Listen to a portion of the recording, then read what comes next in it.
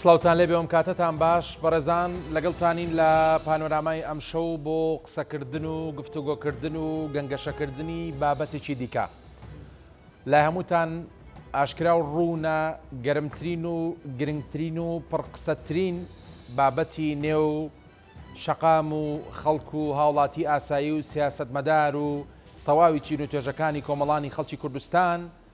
هەڵبژاردننی پەرلەمانی کوردستانە کە بڕیار وابوو لە دەی حوزەیران ئەم هەڵبژاردنە ئەنجام بدرێت و تاوەکو ئێستش ئەوەی کە بڕیارە و بە پێی مەرسومی سەرۆکایەتی هەرێمی کوردستان دەبێت لە دەی حوزەیران هەڵبژاردننی پەرلەمانی کوردستان ئەنجام بدرێت. بەڵام پارتی دیموکراتی کوردستان لەسەر ئاستی باڵا سەرقاڵی مانۆڕێکی سیاسی سەربازی ئاسایە لە عێراقدا بۆ دواخستنی هەڵبژاردننی پەرلەمانی کوردستان. زۆر قسە و بابەتەیە کە هەندێک سەرچاوە بە کورسات نیوزیان ڕاگەیاندووە لەسەر ئاستی باڵا سەرۆکی هەرێمی کوردستان ئەگەرچی لە میدیاکانەوە سەردانەکەی وەک سەردانێکی فەرمی بۆ عێراق و بۆ بەغدا دەرکەوت، بەڵام زانیاریەکان جەخت لەوە دەکەنەوە یاخود پشڕاستی دەکەنەوە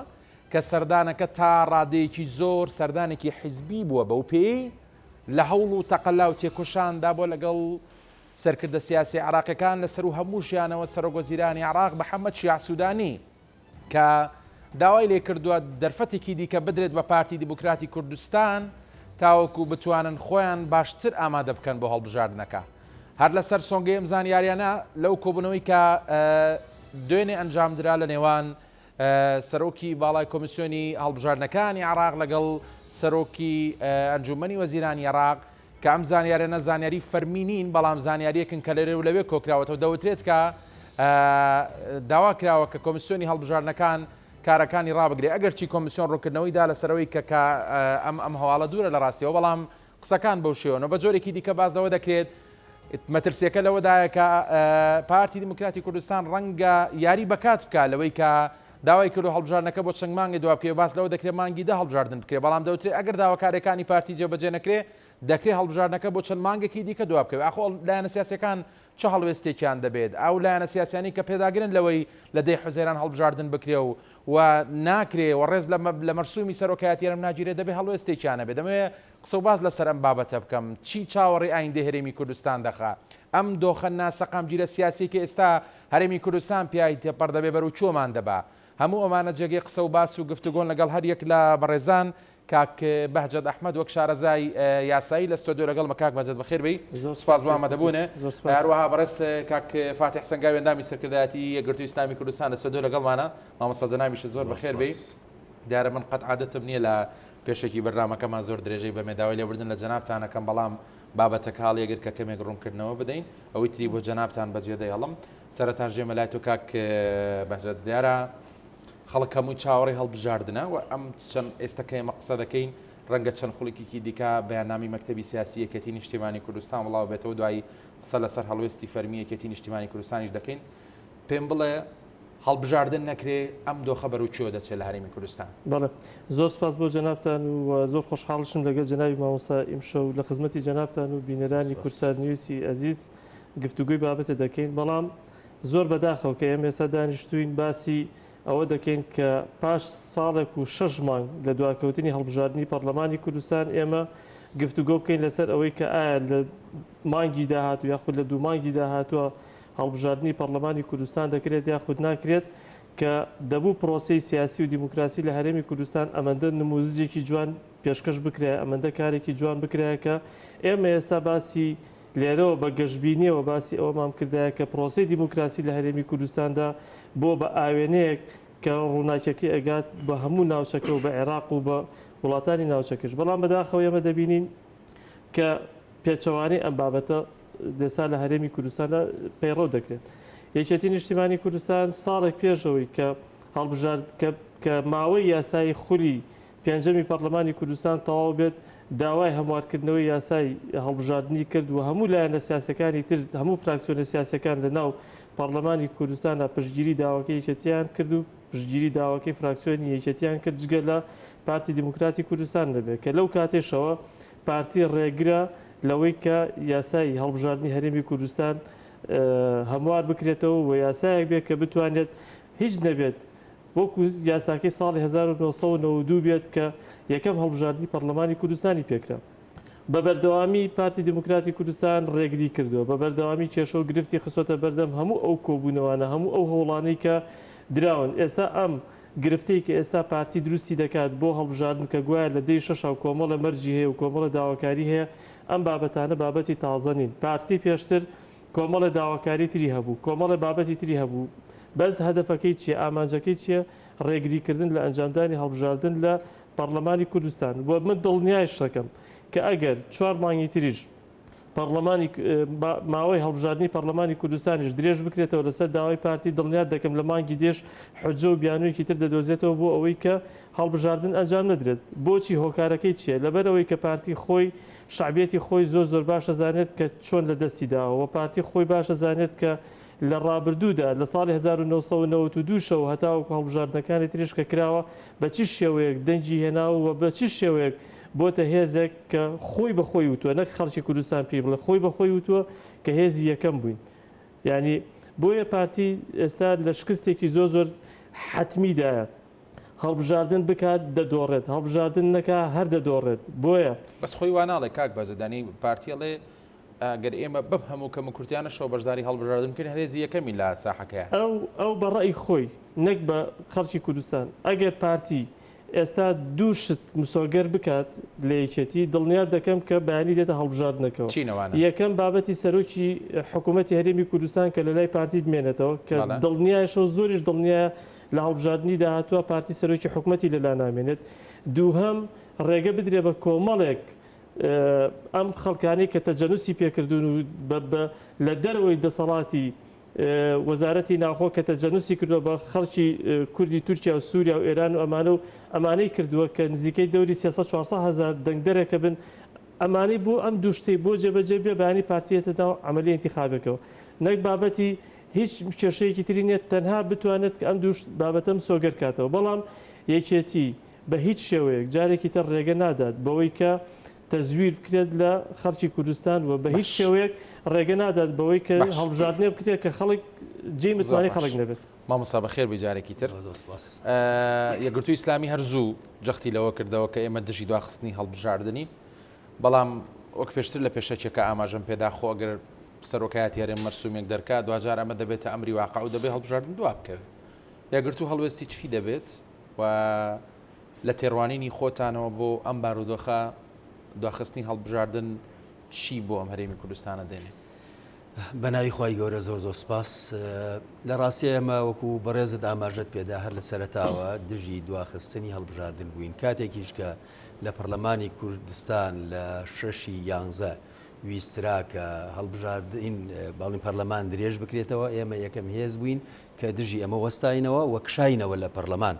کشانەوە ژیانی ئەوەی کەوا ئێمە لەگەڵ ئەوین هەڵبژاردن لە کاتی خۆیان بکرێ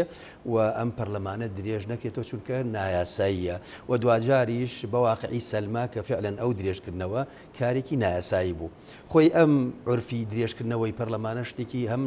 نایاساییە و هەم خەڵک ئیستحقاقی هەڵبژاردن وایە کە تۆ بۆ 4 ساڵ هەڵبژاردن ئەەکەی. بۆیە هەموو ئەو پاساوانەی کە ئەهێنرێتەوە کە هیچی پاساوی ئەوەندە بەهێز نین کەوا هەڵبژاردننی بۆ دوا بخرێ. من وازانم ئێمە کێشەیەکی ئەڵێ جەوهەریمان هەیە لە هەرێمی کوردستانە، ئەویش ئەوەیە حیزب ئەو خەڵکانە خۆیان بوونەتە سنتەر، نەوەکو خەڵکی هەرێمی کوردستان سنتەر بێ. کاتی خۆشی هەر وایان کرد لە ڕاستیە لە 92 بۆ 2005 کە زۆر مراقبە و چاودێریان لەسەر نەبوو پەرلەمانیان درێژ کردەوە، کەواتە ئەمان ئەتوانم لە میێزانە زیاتر پەرلەمانیان بۆ خواست و بەرژەوەندی خۆیان ویستەوە. بۆیە ئێمە لەگەڵ ئەوەین کە هەڵبژاردن لە کاتی خۆیان بکرێ و بە باشترین شێوە ئەنجام بدرێ و دژین بەوەی کەوا یعنی درێژ بکرێتەوە و ئەمەشمان ڕاگەیاندووە بە بەیاننامە بە بڵێن لێدوان و لێدوانی فەرمی کۆتاییان ئەو بڵێن بەیاننامەیە بوو کە لەگەڵ 4 لیست لە بەغدا بڵێن ئەومان ڕاگەیان کە دژین بەوە و لە هەمان کاتیشا بەرپرسیارێتی هەر لێکەوتەیە کە لە دواخستنی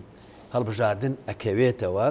و هەر کاریگەریەکی ئەبێ لەسەر قواری هەرێمی کوردستان زیاتر لاوازبوونی هەر کێشەیەکی تر کە بە دوای خۆیان هێنێ ئەی خەینە ئەستۆی ئەو هێزانەیە ئەو هێزەی کە بە بڵین پەرلەمان نایەوێ هەڵبژاردن لە کاتی خۆیان بکە و من ئێمەش دڵنیاین لەوەی کە ئێستا لە عێراقا ئەم دواخستنە ڕێگەی لێ ناگیرێ یعنی خواستێک هەیە کە دوا بخرێت زۆر کێشەیان نییە چونکە ئێمە ئەوەندەی تر ئەچینە فەراغی یاساییەوە ئەوەندەی تر دام و دەستگا فەرمیەکان لاوازە باشە کاک فاتیانی ئەکرێ پێم بڵێ ئەو قەناعەتت چییە کە بۆ نمونە بۆی سەرۆکوەزیرانی عێراق دروست بووە کە سەر و کێرەم بتوانێت باوەڕی پێبێنێ کۆمیسیۆن بام بکاوە باسی هەڵبژاردن بکەن و باسی ئەگەرەکانی دواخستن بکەن ئەمە زۆرینە لە هەرێم لەگەڵ ئەنجامدانی هەڵبژاردنە بۆ دەبێ مجامەلی لایەنێکی سیاسی بکرێت و هەڵبژاردن دوا بخرێت خۆی ئەوە پەیوەندی بەوە هەیە کە ئێمە لە کوردستان ناتوانین بڵین کوردستان بەش بووە پەرت بووە و هەر لایەک لەم دوو هێزە ناوچەی جوگرافی خۆی هەیە هێزی خۆی هەیە بەداخەوە لە کوردستانە هێزی خەڵک و دام و دەستگای فەرمی نییە هێزی حیزبە و کاتێکە جوگرافی هەیە و هەریەکە لەمانش ئەتوانین بڵێ جۆرێک لە پشگیری هەرێمی یاندێک جار نێودەوڵەتیان هەیە کاتێکە هێزێک هەڵبژاردن ناکا وەکو حیزبێکی ئاسایی نییە کە بەشداری نەکات و ئاساییە بەشداری نەکا بەڵکو ئەمە لێکەوتەی تری هەیە و کاریگەری تری هەیە جیاکردنەوەی دەڤەری هەیە ئەنجام نەدانی هەڵبژاردنەکە یەک کێشە و قەیرانی تری لێکەوێتەوە ئەمانە بۆ خۆی ینی مەترسی حەقیقین بۆ ئەوەی کە پرۆسەکە بڵین سەر نەگرێ ئەمە لەلایەکی تریشەوە وەگوتم لە عێراقا کۆمەڵی هێز هەن پیان خۆشە کەوا هەرێمی کوردستان هەڵبژاردن نەکا چونکە ئەوە ئێمە تقریبا ساڵ و نیوەکە لە کاتی خۆی هەڵبژاردن دوا کەوتووە هەموو ئەمانە ینی نەمانی وەگوتم ئەو دام و دەستگانەی کە تەشریع کە پەرلەمانێکی کە لەوانەیە کە یاسادانانە و فەراغی یاسایی دروستە بێ لێرەوە ئەو حکوومەتە بۆتە حکوومەتێکی کاربەڕێکەر و تەنانەت سەرۆکایەتی هەرێمیش کاتێکە ئەوە وەگوتم ساڵ و نیوەکە دواکەوتووە ئەویش پرسیاری گەورەی لەسەر دروستە بێت لە هەمان کاتە دەرگا ئەکاتەوە بۆ ئەوەی لە عێراقەوە لە بەغداوە لە حکوومەتی فیدراالیەوە دەسوەردان بکرێت ئێستا لەوانەیە بێدەنگ بن بەڵام دوو ڕۆژی تر سکاڵای یاسایی پێشکەش بە دادگای فیدراالی ئەکرێ لێرەوە ئەو دام و دەستگانەی کە هەن لێرە شەرعیەتیان نامێنێەوە ئەگەر بویسترێ ئەگەر ڕێکەوتنێکی تر نەبێ بویسترێ ئەکرێت دەزوەردان بکرێت لە ئەو دام و دەستگانەی کە ئێستا هەیە و شەرعیەتی لێوەربگیرێتەوە مەبەسم ئەوەیە پاساو هەیە بۆ هەد دەزوەردانێ بۆ چەندێت ئەوەندەی تر لاوازکردنی ئەمەرێمە بەداخەوە ئێمە بەدەستی خۆمان ئەم لاوازیە جار لە دوای جار زیاتر لاوازیەکەین کە ئەمەش بەڕاستی وەکوتم هەم پاساوە بۆ خەڵکی تر و هەمیش ئەی سەلمێنێ کە ئێمە لە حەقیقەتە ڕازی نین بەوەی کە پێوتێ دەسا و دەستی دەسەڵات ئەجینە ئەم هێزە ئەگەر بۆ نمونە ئەو یانزەیەی لێبووەتەوە یا کۆمەڵە ناو هەبووە کە ساختە بووە بە حەجمی حەقیقی خۆی ببینێت بزانێت چۆنە خۆ ئەمە تا 100 ساڵی تروان نابێ ئەبێت ئێمە بگەینە ڕۆژێک کەوا ڕازی بین بەوەی کە اختیاری ڕاستەقینەی خەڵک خواستی ڕاستەقینەی خەڵک بۆ ئەوەی کە هێزەکان بکاتە نوێنەری ڕاستەقینەی خۆی چەندە یاخی ناکرێ ئەم بابەتە بەم شێوەیە هەر درێژەی هەبێ ئەگەر خواستێکی ڕاستەقینە هەبێ بۆ دەسا و دەستکردنی دەسەڵات کە بەداخەوە لە هیچ لایەکانەوە نییە لە هەرێمی کوردستانە هەریەکەیان مەترسی ئەوە هەیە ئەگەر هێزێت دەستی دەسەڵاتی گرتە دەست ئەوی تر تەواو پراوێ زەخرێ ئەم بێ متمانەیە و کە بەفعلی شەر خۆیان ئەوە مامەڵیان کردووە کارێکی کردووە کە کەسیان ڕازی نەبن بەو دیموکراسی کە ئیدعایەکرێت زۆر باشە دەستخۆش کاک بەهجەت ئەگەر هەڵبژاردن دوا بکەوێ ینی یەکگرتو یەکێتی و کۆمەڵ و ئەو لایەنانی دیکە کە تا ئەم چرکەساتی ئەمە گفتوگۆ دەکەین جەخت دە هەنجامدانی هەڵبژاردنەکەن وەک مامۆستاش فەرمووی ناتوانین ڕێگربین لەوەی کە هەڵبژاردن ئەگەر دوا بخرێنیەوە دەسەڵاتێکە و سەرۆکی هەرێمە و دوجار سەرۆکی هەرێمیش کەسی دۆمی پارتی دموکراتی کوردستان و لە بەرژەوەندی حیزبەکەی ڕەنگە بڕیار بدە بەڵام ئەوەی کە گرنگە هەڵوێستی ئەم لایەنانێ ئایا هەر بەڕاستی هەنی هەڵوێستیان چی دەبێ ئایا ڕازی دەبن یاخود قایل دەبن بەو ڕێکەوتی کە دیاری دەکرێت لە مەودا بۆ هەڵبژاردن کاکە سەرتی من حەزەکەم بە شێوەیەکی یاسایانە جوابی ئەو بابەتە دەبمەوە بە پێی دەستوری عێراق تەبیعی سەرۆکی هەرێمی کوردستان وەکو پێگەیەکی فەرمی وەکو مؤسسەیەکی فەرمی لە هەرێمی کوردستاندا هەر بڕیارێک کە دەری دەکات ئەم بڕیارە ئەوەندە ئەو خاوەنێتی هەتا ئەو کاتێک کە سەرۆکی هەرێم واژووی دەکات و دەردەچێت و نەشر دەکرێت بە شێوەیەکی ڕسمی و تەوجیهی لایەنی بەرامبەر دەکرێت کە لایەنی جێبەجەکارە ئەو کاتە ئەم بڕیارە مرکزی قانونی دروست دەکات بۆ لایەنی بەرامبەر مرکزێکی قانونی دروست دەکات کە جێبەجێکردنی بڕیار و ڕاستپاردەکانی سەرۆکایەتی هەرێمی کوردستانە وەکو پێگەیەکی فەرمی نەگۆکو کەسی سەرۆکی هەرێم کە لە ناو حیزبێکی دیاریکراوە هات بێت بەم شێوەیە ئێستا لە هەرێمی کوردستاندا هەم مرکزێکی قانونی دروست کردووە بۆ کۆمیسیۆنی باڵای هەڵبژاردنەکانی عێراق کە ڕایسپاردۆ بۆی کە لە دەی شەشە هەڵبژاردن بکات و کۆمیسیۆن ئامادەکاری خۆی بکات و بێرفعل کۆمیسیۆنی باڵای هەڵبژاردن هەموو ڕێکارە یاسایەکانی خۆی تەواو کردووە و حقوقێکی مکتسبیش دروست دەکات کە ئەم حقوق مکتسبە بریتیە لە تاک بە تاکی خەڵکی کوردستان کە مافی پێداوە لە دەی شەشی ساڵی 2024دا کە ممارەسەی حەقی سیاسی خۆیان بکەن و بەشداری هەڵبژاردننی کوردستان بکەن و دەنگدەن بەلایانی دڵخوازی خۆیان بەم دوو حاڵەتە هەرێمی سەرۆکی حکوومەتی ئێسعاف و سەرۆکی هەرێمی کوردستان مافی ئەوەی نامێنێت کە جارێکی تر ئەم بڕیاری خۆی پاشگەز بێتەوە لی یاخود ئەم بڕیاری خۆی گۆڕانکاری تێدا بکات و هەر گۆڕانکاریەکیش ئەگەر بێت و سەرۆکی هەرێمی کوردستان بیکات کاتەکە دوا بخات مەرسومێکی تر دەرکات ئەم بڕیارێکی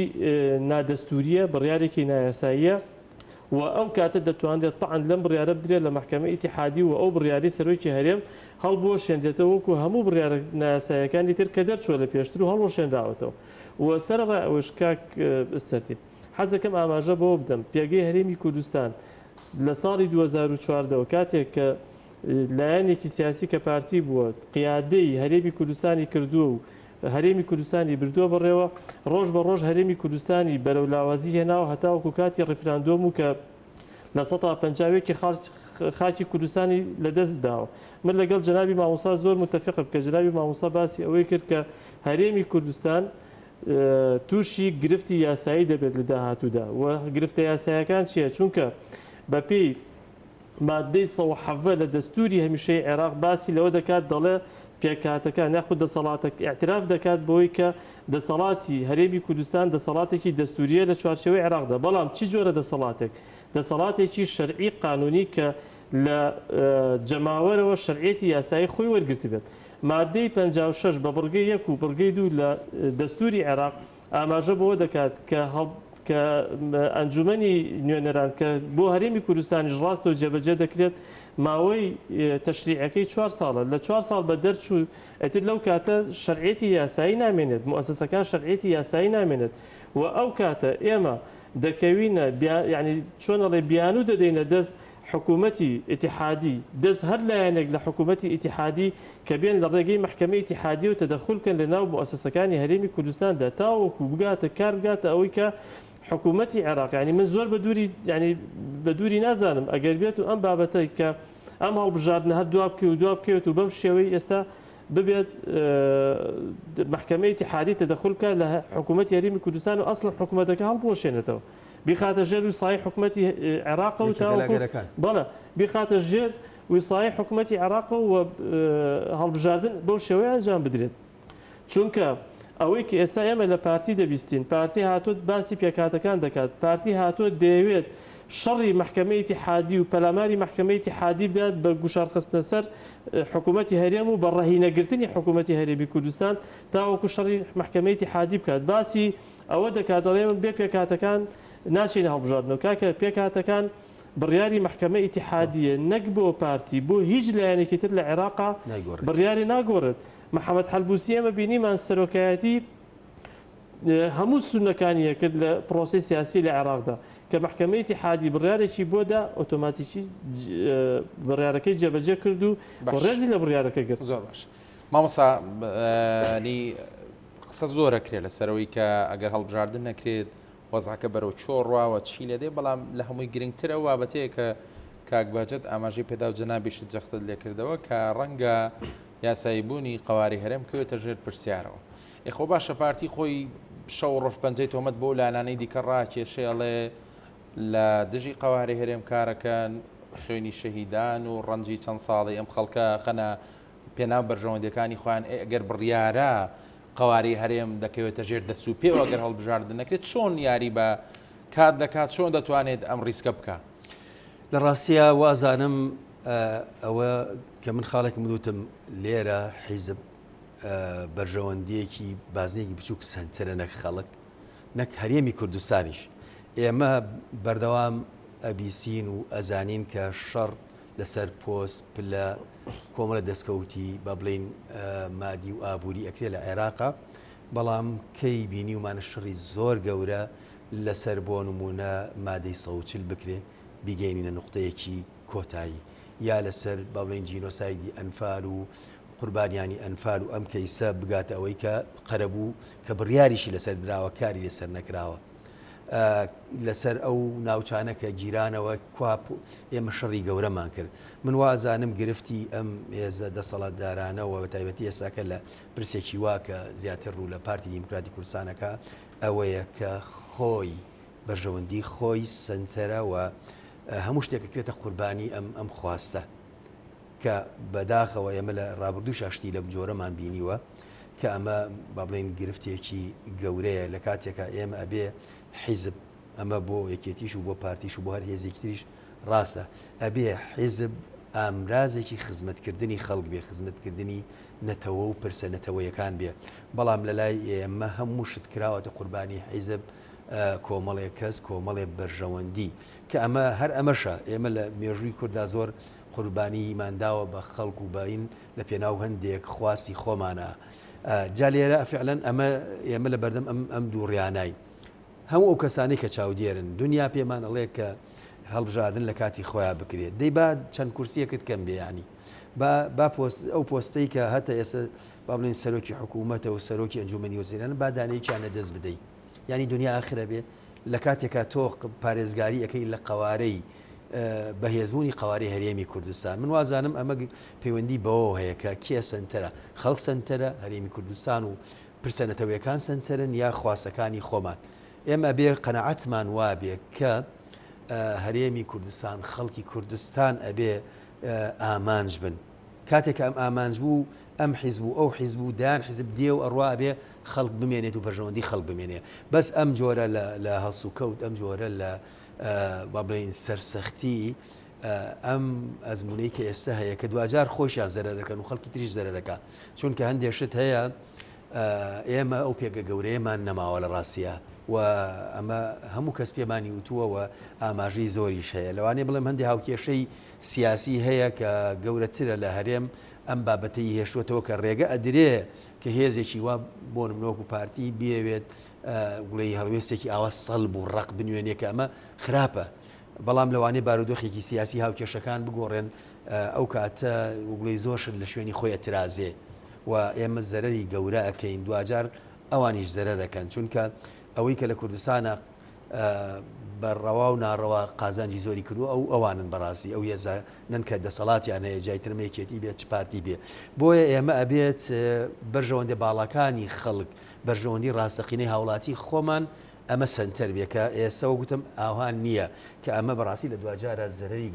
گەورەی لەکەین و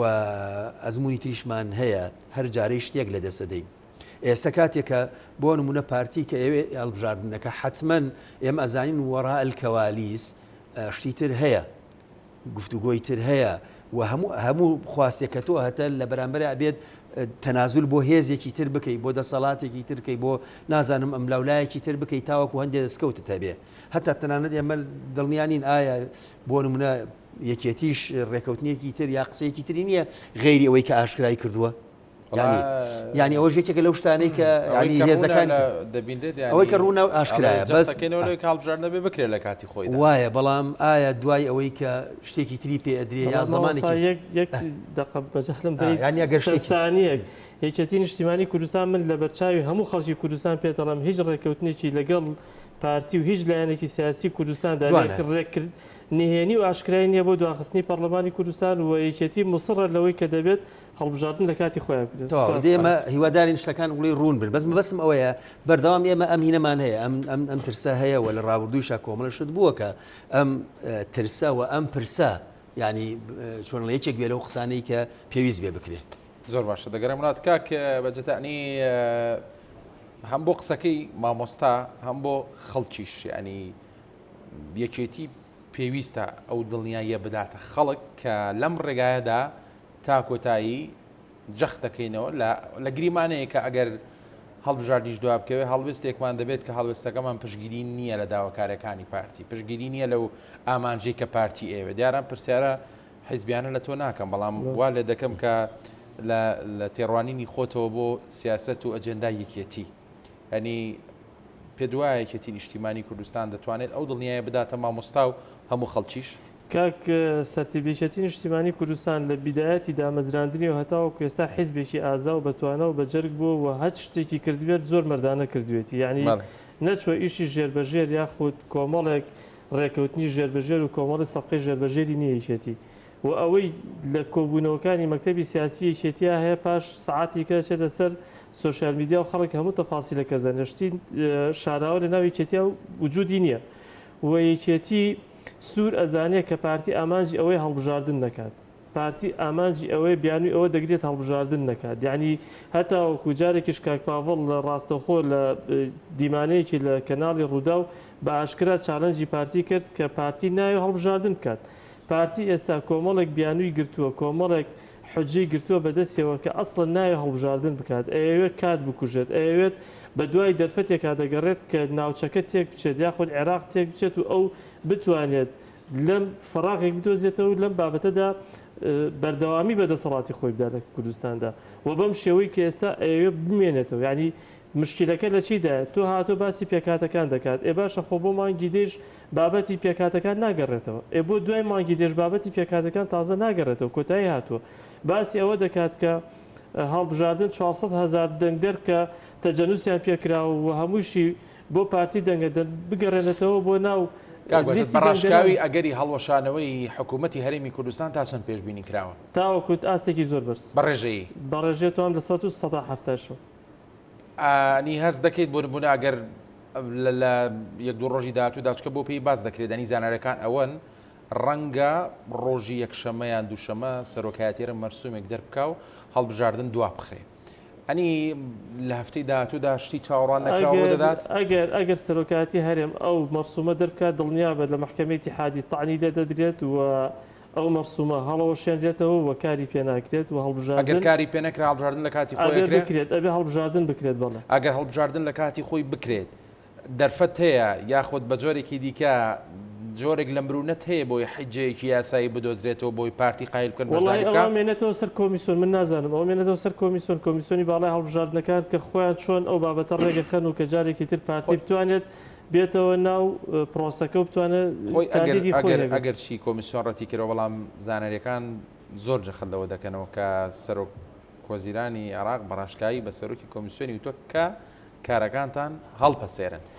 هەرچەنەما تا ئێستا جەختی لێ ناکرێتەوە بەڵام ئەمە قسەی و زانێری و دزەی پێکرا ئەگەر تۆ بە کۆمیسیۆن بڵێ کارەکانت هەڵپەسێرانی هەڵبژاردن ناکرێت ئەو زانین چۆنە کاک ئەو بابەتە کە لەگەڵ کۆمیسیۆن منش هەنێک زانیاریم بیستۆ لەسەر ئەو بابەتی کە جەنابەت باسی دەکەی بەڵام یەکێتی لەگەڵ هەڵبژاردنە و یەکێتی داوای کردو و جەختیش دەکاتەوە کە دەبێت دەی مانگ هەڵبژاردن بکرێت و هەموو موسسەکانی یەکێتی بە مەکتەبی هەڵبژاردنیش و سەرجەم مەڵبەند و مەکتەبەکانی یەکێتیەوە ئامادەکاری تەواوی کردو بۆ ئەوەی کە لە ڕۆژی دەی پێنج بانگەشەی هەڵبژاردن کە کۆمیسیۆن ڕێگەی پێ ئەدا دەست پێ بکات و ئەگەر بێت و سەرۆکایەتی هەرێمیش ئەوە ڕێی شخصی خۆمە دێڵم سەرۆکایەتی هەرێم بڕیارێکی وا دەربکات کە لە ڕۆژی یەکشەممە یاخود دووشەمەی داهاتوو وادەی وادەی هەڵبژاردننی پەرلەمانی کوردستان دوا بخات و بیخاتە کاتێکی تر دڵنیا بە تاعنی لێ دەدرێت محکەمەی اتحادی و ئەو کاتە قەواری هەرێمی کوردستانیش بەڕاستی مەترسی زیاتری دەکەوێتە سەر و قەواری هەرێمی کوردستان حکوومەت چکە بە پێی دەستور ئێمە بیرمان نەچێت لە دەستوری عێراقا ماوەی حکوومەتی کاربڕێکەر کە دانراوەڵێ لە ماوەی 30 ڕۆژدا دەبێت ئیعلانی هەڵبژاردن بکرێتەوە ینی حکوومەتی کاربڕێکەرەوە نییە دانیشێت هەتاوەکو قیامەت هەر حکوومەت بێت و هیچ ڕقابەیەکی نەبێت و هیچ شەرعێتێکی نەبێت و بەردەوام بێت ئەڵێ دەبێت لە ماوەی 30 ڕۆژدا جا لەبەر ئەوە هەموو ئەگەرەکان بۆ تانەدان لە حکوومەتی هەرێمی کوردستان بۆ تانەدان لە سەرۆکایەتی هەرێمی کوردستان لەبەردەم محکەمەی اتحادی کراوە دەبێت و دڵنیاشم کە بە قازانجی ئەوە ناشکێتەوە مەبەسانی دیراسی ئەم هەموو خاڵە ترسناکە نەکراوە ینی کاک بەهجەت وتی ینی پارتی شەڕ لەسەر ئەوە دەکات درێژە بەم حکومڕانیە بدا تۆ کارێگەکەی خەریکە بەڕەکەش لەژێر پێدەێن نەدەرەوە هەنی نازانم ئەمە سیاسەتی بانێک و دوو هەوانێت تۆ چۆن دەتوانانی لەلایەک شەڕ بۆ بەرژەوەندیەکانە بکەیت لەلایەکی دیکە ماڵوێرانی بۆ خۆبێنی. وەڵا نازانم من ئەڵێم بڕیاری عاقلانە و ژیرانە ئێستا لە ئێستا ئەوەیە کەوا سەرۆکی باڵمی هەرێمی کوردستان بڵێت 10 ڕۆژ هەڵبژاردن دواخین بۆی پارتی دیموکراتی کوردستان بتوانێت با بڵێن کاندیدەکانی دیاری بکات و دوجار ئەگەر هەندێک زەرریش بکات ئەوە باشترە لەوەی کەوا سبەی نێ سکاڵا ئەگەر کوردیش هەتا هێزە کوردیەکانیش سکاڵات وەمار نەکەن هێزە عێراقیەکان سکاڵات وەمارەکەن لەسەر شتێکی نادەستوری یا نایاسایی یان نەزەم شتێکی ئەی بە کوردەکەی ئەتەوێ بڵێ هەڵبژاردن دوا بکەوێت کۆمەڵە هێزی عێراقی لە بورسەیە. بەڵە بێگومان ئەمە یەک دووش ئەم هەڵبژاردنە بکەوێتە مانگیدا ینی بەم کۆمیسیۆنە ناکرێت باشە کۆمیسیۆنی تر ئەوان دواتر ئەوان بیانەوێ یاخو پارتی بێوێ کێ ئەزانێ کەی کۆمیسیۆنی نوێ هەڵەبژێرێ کۆمیسیۆنی نوێژ دیار نییە ئەکرێت لە عێراق جاری وهەیە وەتانێت سەرۆکی پەرلەمان بۆ نمونە لەکەیەوە هەڵ نەبژێراوە ئەکرێ کۆمیسیۆنیش دوا بخرێ یعنی بە کورتی ماوەی نایاسایی بوون و درێژەدان بە فەراغ یاساییە درێژ ئەبێتەوە و لەم بینەشا هەندێک هێز هەر هەیە یا ئەبێت تەنازولی زۆر گەورە بکەی دابەزی لە کۆمەڵێ ماف و حقوقی گەورەی هەرێمی کوردستان یاخود لێت تێکەدن دڵنیابە ئێدە ئەوەش خراپە دووش ئێمە ئەمە هەڵوێستی چی لە بەردەم ئەو هێزە سیاسیانەیە کە بەشدارن لە حکوومەتی هەرێمی کوردستان ئەگەر ئەو دۆخە بەو شێوەیە بڕۆکە جەنابەت باسی وەڵاهی کەشت بوو بە ینی بوو بە ئەمری واقع و بڕیارێ دەرس و ئەو کاتە تۆ ئەگەر ئەمان بۆ نمونە پارتی دیموکرات بە تەمای حکوومەتی ئینقازی وەتەنی بێ بۆ نمونە ئاخر هێزەکانی تری لەگەڵ نییە تەنانەت لەو بەشەی کە خۆیشی تایە موسەیترە هێزی ناڕازی و خەڵکی ناڕازی زۆر زۆرە بۆی هەڵەیەکی گەورە ئەەکەین بە تەمای ئەوە بین کە تورکیا یا ئەمریکا یا ئەمانە تاسەر لەگەڵ تۆ بن ئەگەر بۆ هەموو هێزانی تۆ باسێکێم وێڵە هەڵبژاردن کە لەسەر ئەمریکا ئەمە مەبەسم هەتا ئەوانەش گریمان بە شێوازێکی کاتی پشتگیری ئەوە ئەکەن کە بەرگری بکەن لە وجودەی کە لەوێ هەیە بەڵام ئەمە تاکەی 2 ساڵ 10 ساڵ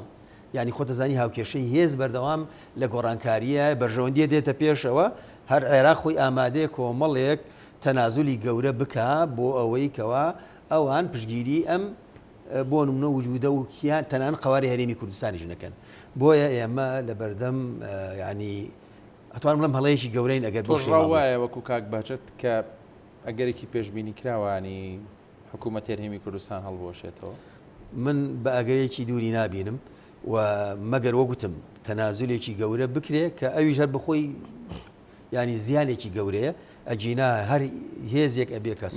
ینی ئەکرێ ڕاشکاوتربی لەگەڵمانی پارتی دەیەوێت لە بەرامبەرەوەی حکوومەت سقوتنەکە چی ببەخشێ وڵی خۆ لە کوردستانە زۆر شت هەیە تۆ مەلەفی نەوتت هەیە مەلەفی غازت خۆ هیچ شتێک لای حکوومەتی هەرێم نەماوە کۆمەڵەش دێشتر هەر چۆن ڵی جاری وایە بەرژەوەندی بەشێک لە سەرکردەکانی عێراق ئەمە پێشبینیە بەرمەبنای زانێریەکان نات پێشبینی خوێندنەوەی ئەمە پێشبینی خوێندنەوەی و خوێندنەوەی ئەو واقعەیە کە ئێمە ئەی ناسینم حیزبانە ناسین و مێژویان ئەزانین کە ئەکرێ بەداخەوە بۆ غەیری خۆیان بۆ دەرەوەی خۆیان زۆر تەنازولی گەورەکەن بەس ئامادە نین بۆ خەڵکی خۆیان بۆ هێزەکانی خۆیان بۆ هاوڵاتی خۆیان جۆرێک لە وڵەی سازش بکەن یاخود تەنازول بکەن کە تەنازول نییە ینی تۆ کاتێکە لە بەرژەوەندی تەواوی خەڵکی هەرێمی کوردستان بڕیارێکە دەی ئەمە پێی ناوتێت تەنازول ئەمە پێی ناوترێ پاشە کشە سازش بەڵکو ئەمە ینی لە دوجارە بەرژەوەندی خەڵکی هەرێمی کوردستانە باش کاک بەجەد زۆر بەڕوونی وەڵامم دەست نەکەوت باوە پرسیارە لە تۆ بکەم ئەنی ئەو چیەکە چییە بە تەمایە پارتی ئاوە بە ساغی بیخاتە بەردەمی و لایەنانە بۆی گرنتی بنێ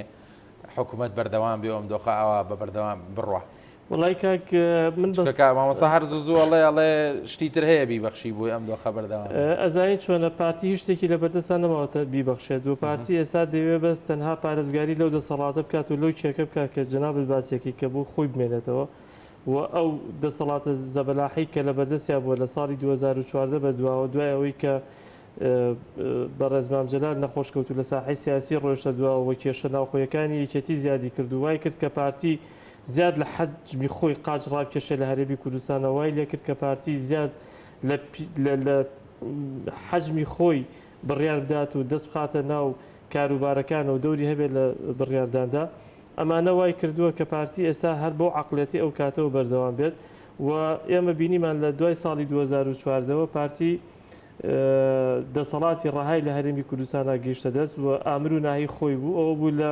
هاد لە ڕیفراندۆمەکەی ساڵی 2007 لە سا 50 خاکی کوردستانی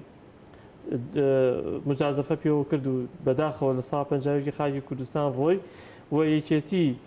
جنابی مامۆسا قسێکی کرد حەزەکەم کۆمنتێک شمە بێ لەسەر قسەی جنابی مامۆسا کە باسیەوە دەکات کە ئەم لایەنانە سازش بۆ میلەتی بەکۆ یەکێتی پارتیشە بە دەرەجەیەک مامۆساویانی تا ئێستا باوەڕی وایە یەکێتی و پارتیاوە بەشن بەڵام سەیری کە بەڵام یەکێتی نیشتیمانی کوردستان نازانم لە چاو قەنەعاتی بۆ دروستە بێت کە یەکێتی شەریکن بەڵام لەوانەیە بڕاکە زوڵمە ئەوە بڕاکە زوڵمە مامۆستا زانین چۆن سەیری کە یەکێتی نان هاوبەش نین بڕاکە هاوبەش نین و بەسخۆ لە زمانێکی شایەگرتووی ئیسلامی هاوبەش بۆ لە حکوومەت ئێستاش لە حکوومەتی ئیسلامانی یەکگرتووی ئیسلامی هاوبەش پۆستیانێ و لە حکوومەتە هاوبەشی پێکراوە بەڵام لەو لە هاوبەشیان پێ نەکراوە بەڵام لێرە هاوبەشیان پێکراوە بەڵام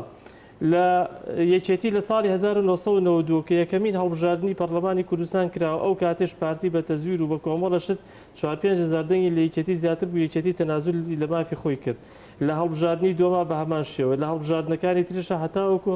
یەکێتی لە هەموو هەڵبژاردنێکە تەنازولی لە مافی خۆی کردووە لەبەر خاتری یەکگرتووی و یەکخیتابی کوردی و بە پاراستی دەستکەوتەکانی خەڵکی کوردستان لە هەڵبژاردننی ڕابردوودا یەکێتی ئیمزای کرد لەسەر کۆنووسەکە پەرداخە ژەهرەکەی خواردەوە کە ئیمزای بۆی پارتی کرد کە سوور زانی 45 کورسەکەی بە تەزویرێناوە بەڵام ئیمزای کرد لەبەر خاتری یەکخیتابی کوردی و یەکباڵی کوردی بەڵام دوای ئەوەی کە لەم بە تایبەتی لەم 4 ساڵی ڕابردوو لەم 4-5 ساڵی ڕابردوودا کە دەرکەوت ئەم هەڵسوکەوتانی پارتی ئەم تەسەڕوفاتان و پێڕاکێشانی پارتی گەیشتە ئەوەی کە قەواری هەرێمی کوردستان بخاتە خەتەرەوە قەواری هەرێمی کوردستان بەرەو لە ناوبردن ببێ یەکێتی پێیوت ستۆپ ئیتر بەسەر لەمە زیاتر لێت قوبوڵ ناکەم بۆچی لە پێناوی خەڵکی کوردستانە چونکە قەواری هەرێمی کوردستان مڵکی یەکێتی نییە مڵکی پارتی نییە کاک بەزدانی گرنگە ئەو قەنەعاتە هەم بۆ مامۆستان بۆ خەڵکیش بگۆڕن کە دیارەکەڵام گرنگە دیارەمە بەس لە یەکێتی نیشتوانی کوردستانە کە ئیتر یەکێتی لێرە بەدواوە پاشکۆی پارتی نییە یەکێتی نیشتیمانی کوردستان قەت پاشکۆی پارتی نەبووە وقتیش پاشکۆی پارتی نابێ بەڵام یەکێتی مامۆستا یەکێتی لە دوای ساڵی 2013ەوە کە سەرۆک مامجەلال نەخۆش کەوت و لە ساحەی سیاسی چووە دەرەوە دوای ئەوەش کە جەنابی مامجەلال وەفاتی کرد گەورەترین هەزە بوو کە لە هەموو پێگەکانی یەکێتی نیشتیمانی کوردستان درا و هەروە ئەو کێشە ناوخۆیانەی یەکێتی وای لێکرد بوو کە یەکێتی خۆی مەژغوڵ کات بەخۆیەوە نەک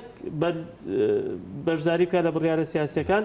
بۆی یەکێتی لە ساحەی سیاسی لە کوردستانە تۆزە پاشەکشەی کرد و هاتە دوا و پاشەکشەکردنی یەکێتی لە ساحەی سیاسی کوردستاندا ئەو هەموو گرفت و مەشاکیلانی بەسەر خەڵکی کوردستانە هێنا ئەو هەموو نەکبەتی بەسەر خەڵکی کوردستانە هێنا کە پارتی قیادەتی کاک بەچەدانی دێمەلات ماڵسەکەواتە کاک بەجدانی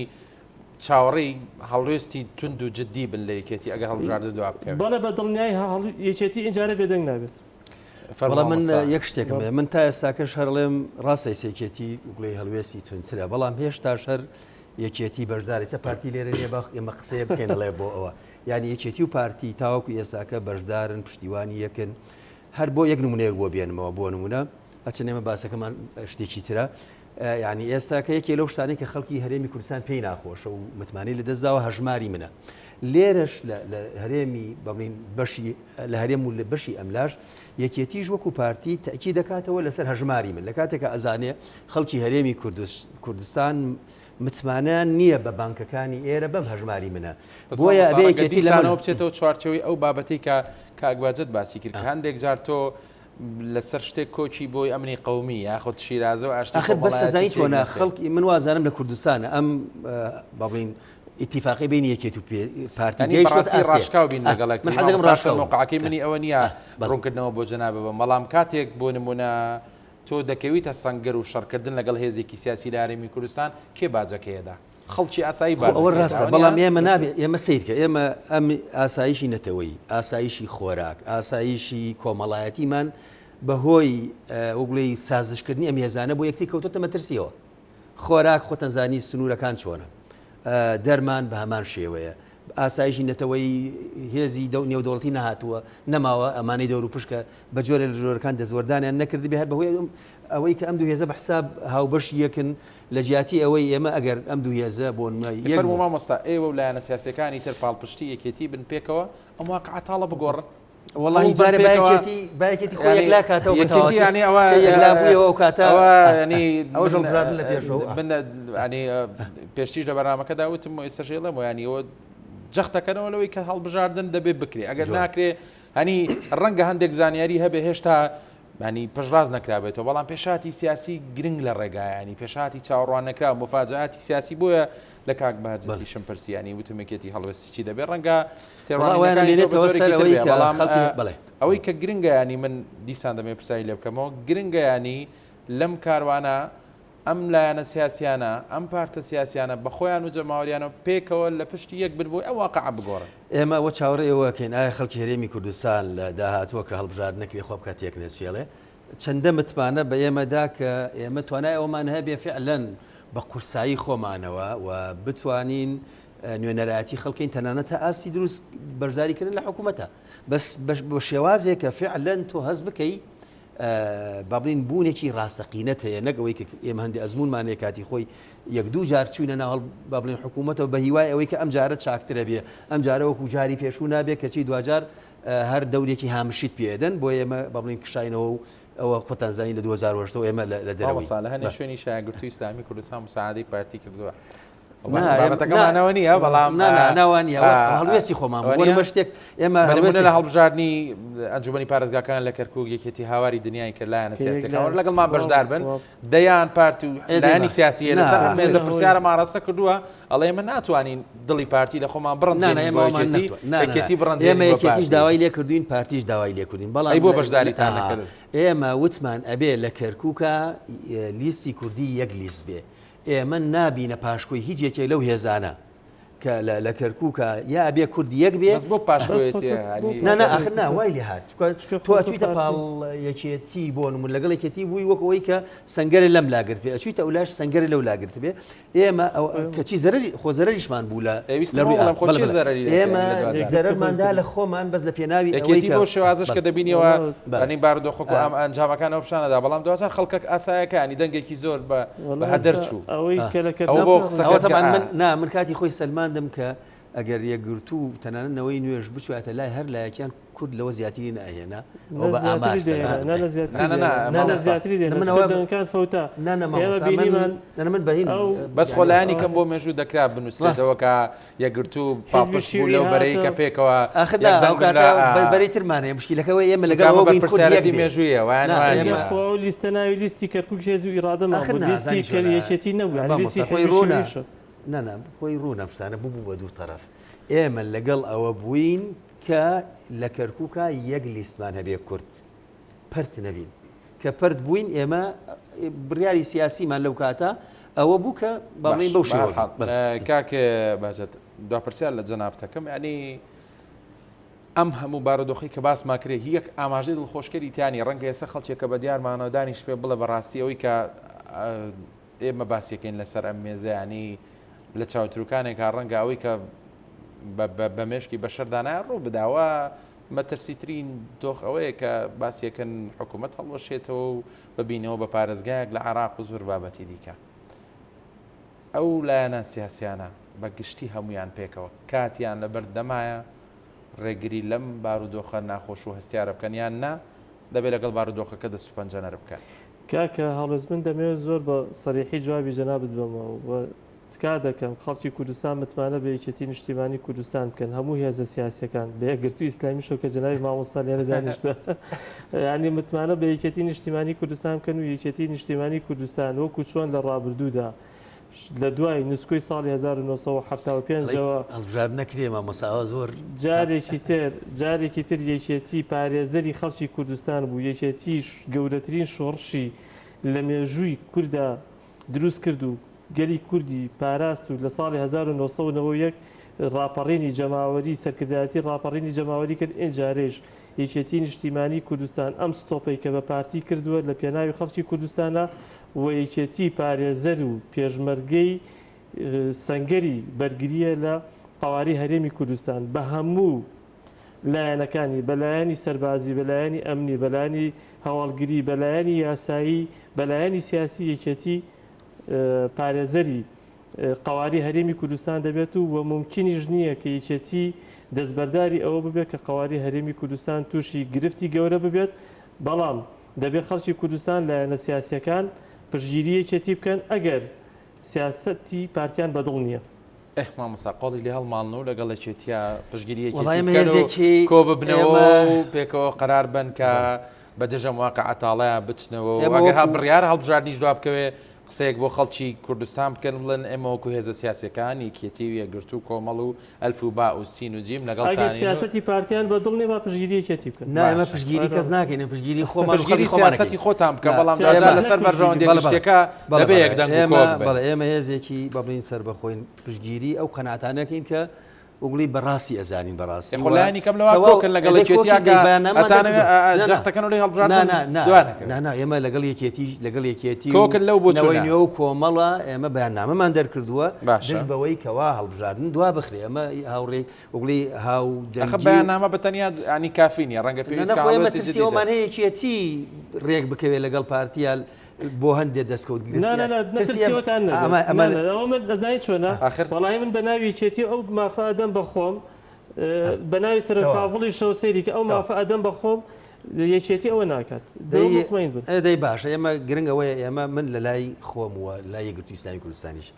حیزب تۆ مافە بەخۆ بە ناوی یەکگرتووە قسەی بکە بە دڵنیایی من بە ناوی یەکگرتووە پێتەڵێم کە ئێمە وەک یەکگرتووی ئیسلامی کوردستان هەر تەنانەت خودی حیزبیش بە ئامرازێک گەزاین بۆ خزمەتی شوناس و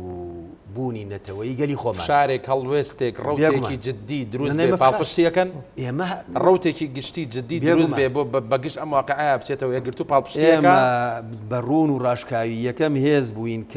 کە پەرلەمان ویسترا دوا بخرێ هاتینە دەرەوە لەو کاتە کە بۆ یەکێتی مایەوە دەنگی دابینەکە بۆ کاتەش خوێنەوەی جیاوازە لەسەر هەڵوێست باشە مە بەسم ئەوەیە ئێمە لەما دەست پێشخەر بووین و یەکەم هێزیش بووین کە لیستمان بۆ پەرلەمان تەقدیم کردووە لە هەر چوار پارێزگاکە هاو هەڵوێستیش فشارێک ڕوتێک هەڵوێستێک هەبێ لە دژی ئەوەی کە پارتی دموکراتی کوردستان بە تەنیا هەڵبژاری دواخستووە یەکگرتوو بەشدارە لەو ڕوتە و لەو هەڵوێستەیە بێگومان یەکگرتووی ئیسلامی کوردستان لەگەڵ هەڵبژاردنایە هەر پەستانێکی مەدەنی بکرێت یەکگرتوو تایە بەشدارە و بەشدار ئەبێت هیچ گرفتێکیشتانیە دڵی پارتیتان لێ بڕەنجێ بێگومان ئێمە چاوەڕێی باشبوونی پارتی یەکێتیوەتە نامانەوێت نە پشتی پارتی بگرین نەیەکێت ناوە باسی هەڵوێستێکی دیاری کراوم کرد ئێمە 2000 هەر هەڵوێستێکی سیاسی نەک دڵێشان ئێمە ئامادە بووین یعنی کاتێک کە سەرۆکی حکوومەتمان بۆ پرساندن داخلی داوامان کرد بێتە پەرلەمان ئامادە بووین 90 پۆست واز لێ بهێنین بەڵام تەنازل نەکەین لە هەڵوێستی خۆمان ئێمە لە بەرامبەر هەڵوێستی ڕاستەقینەی خۆمان چەندین جار باجی قورسمان داوە تا سژنکردن تا بارەگا سووتانن تا لەبەرەوە دڵنیا بن لە یەکگرتووی ئیسلامی کوردستان بەس لەکوێ بارگەکاتان سووتە لە بادینان ڕوونە لەکوێ سووتە زۆر بەخێر بن کاک ئەحمەد وەک شارەزای یاسایی مامۆستا فاتی سنگای و گەندامی سەرکردایەتی یەکگرتووی ئیسلامی کوردستان بەخێر بێ سپاس بۆ وەڵامی پرسیارەکانی بەڕێزان سپاس بۆ ئێوەش کە لەگەڵمان بوو نازانم وەڵای بڵم ئومێدەوارم هەڵبژاردن بکرێ و چاوەڕێی پێشاتەکانەکەین بە سیوادارم هەرچی ئەبێت و هەرچی دەکرێ دوجار کۆمەڵانی خەڵکی کوردستان و ئەم هەرێمی کوردستانە پارێزرا و سەلامەت بێ هەر شاد و بەختەوەر بن.